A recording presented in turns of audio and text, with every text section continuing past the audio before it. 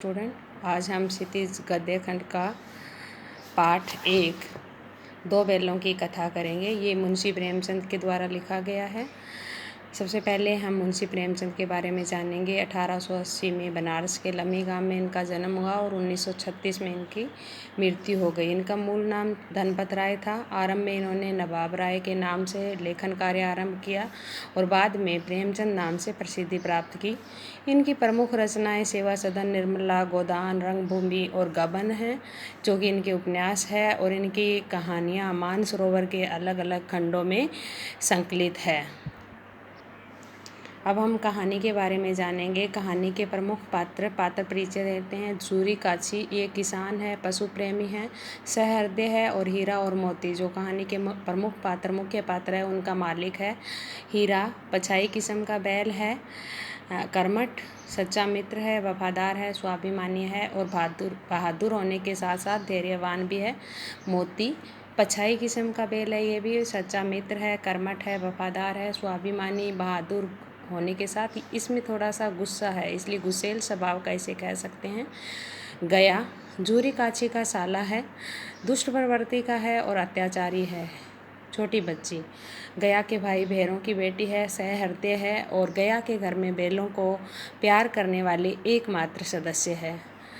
दड़ियल कसाई या दड़ियल व्यक्ति ये कसाई है, कांजीओं से हीरा और मोती को खरीदता है, गुस्सेल प्रवृत्ति का है और दुष्ट भी है।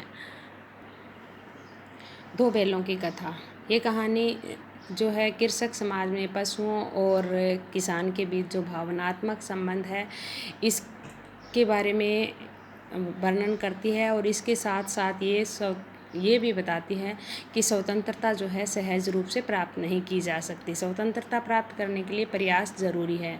कहानी के आरंभ में लेखक गधे की स्वभावगत विशेषताएं बताते हुए कहते हैं कि गधे को सबसे ज़्यादा बुद्धिहीन समझा जाता है, लेकिन लेखक कहता है कि मेरे हिसाब से उसे जो है बुद्धिहीन नहीं कहा जाना चाहिए, बल्कि उसमें साधु संतों के, ऋषि मुनियों के सारे गुण हैं।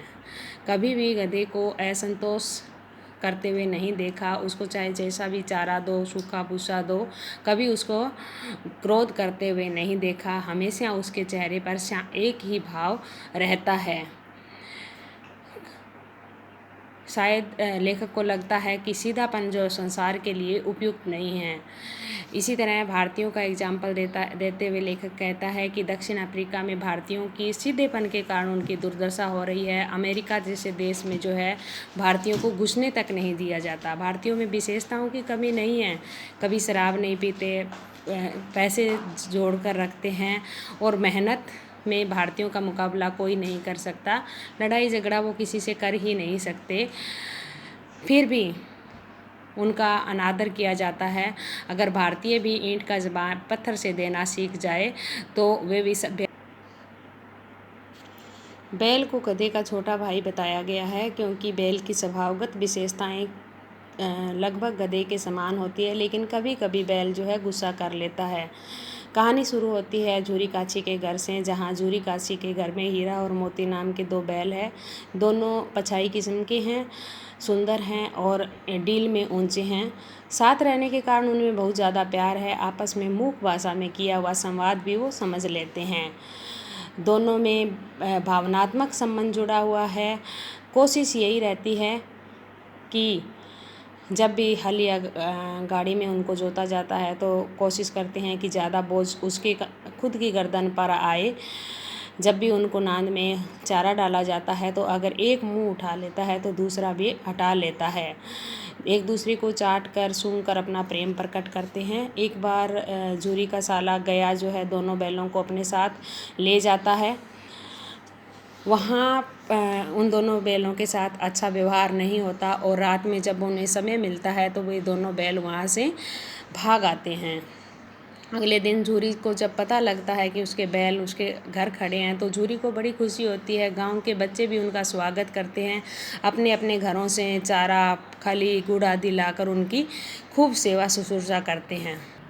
झूरी की पत्नी को ये बात पसंद नहीं आती और वो सख्त हिदायत दे देती है कि दोनों बैलों को जो है सूखा भूसा डाला जाए, खली, गुड़ वगैरह कुछ भी ना डाला जाए। झूरी अपने मजदूर को कहता है कि थोड़ी बहुत खली इनको डाल दे, लेकिन मजदूर मालकिन के डर से कुछ भी नहीं डालता। दूसरे दिन गया फिर जो है आ जाता है और इस बार वो दोनों बैलों को फिर से ले जाता है। वहाँ जाने के बाद उनसे खूब काम करवाया जाता है, उनकी पिटाई की जाती है।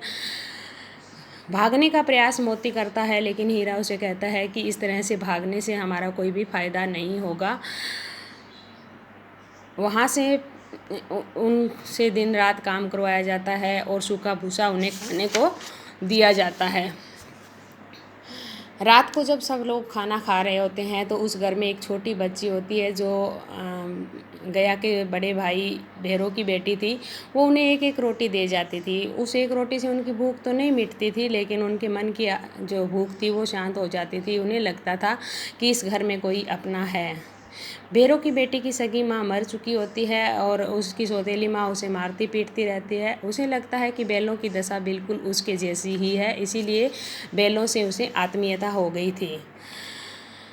दिन रात काम करवाया जाता है और मारा जाता है, सूखा भूसा डाला जाता है। बैलों में विद्रोह की भावना आ जाती है, लेकिन उनको मोटी रस्सियों से बांधा गया है तो वो वहाँ से भागने में भी कामयाब नहीं होते। एक दिन छोटी लड़की को उन पर दया आ जाती है और वो उन दोनों की रस्सी खोल देती है।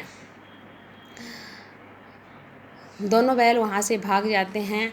गया और उसके साथी दोनों बैलों का पीछा करते हैं, लेकिन बैल इतनी तेज़ी से भागते हैं कि गया और उसके साथियों की पकड़ में नहीं आते। धीरे धीरे लेकिन जल्दबाजी में भागने की वजह से वो रास्ता भूल जाते हैं और एक जगह काफ़ी आगे निकलने पर मटर के खेत में जी भरकर मटर चरते हैं। आज ऐसा लग रहा था कि बहुत दिनों बाद उन्होंने पेट भरकर खाया है। इतने में उनके सामने एक सांड आ जाता है। सांड काफ़ी शक्तिशाली नज़र आ रहा था, इसलिए दोनों बैलों ने मिलकर उस सांड का सामना किया और उस सांड को मार गिराया। मोती उसको और भी मारना चाहता था, लेकिन हीरा ने कहा कि गिरे हुए बैरी पर सींग नहीं चलाना चाहिए। सांड को हराने के बाद मोती जो है एक बार फिर मटर के खेत में घुस जाता। हीरा मना करता है, लेकिन मोती जो है नहीं मानता और मटर के खेत में पानी दिया होता है, इसलिए एकदम से रखवाले मोती को देख लेते हैं। मोती पकड़ में आ जाता है। हीरा के पास अवसर था, लेकिन मोती को छोड़कर वह नहीं भागा और रखवालों ने उसे भी पकड़ लिया।